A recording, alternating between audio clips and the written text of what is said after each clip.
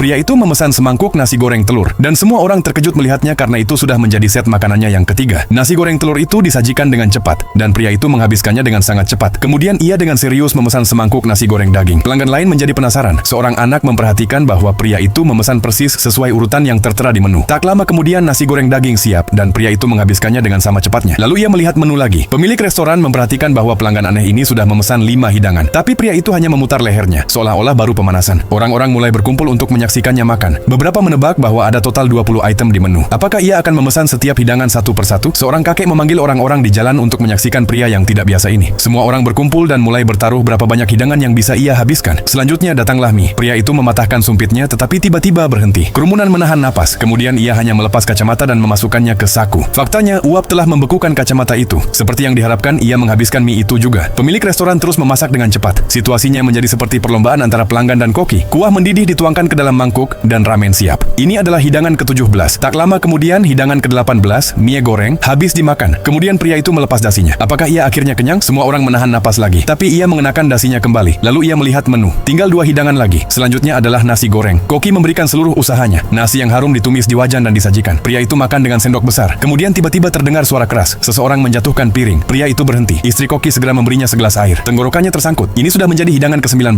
Istri koki berkata bahwa mereka harus mulai memasak nasi kari. Tapi sang koki bersikeras bahwa ia tidak akan mulai memasak sampai pria itu sendiri memesan. Pria itu menghabiskan suapan terakhir nasi goreng dan kemudian memesan hidangan terakhir. Suami dan istri fokus penuh pada nasi kari. Pria itu duduk dengan bangga di kursinya. Nasi kari disajikan. Ia mengambil sendok besar dan mengambil suapan lagi. Saat berikutnya ia membeku. Semua orang menatapnya. Kemudian pria itu menelan nasi itu dan kerumunan bersorak dengan penuh kegembiraan. Ia terus makan dengan tenang tanpa masalah. Dalam waktu hanya 2 menit, ia menghabiskan suapan terakhir nasi kari. Kerumunan kagum dan terpesona. Pemilik restoran keluar dan berterima kasih kepada pria itu karena telah menghargai masakan mereka. Tapi pria itu tetap tenang. Ia mengenakan kembali kacamatanya, melihat menu dan memesan hidangan pertama lagi.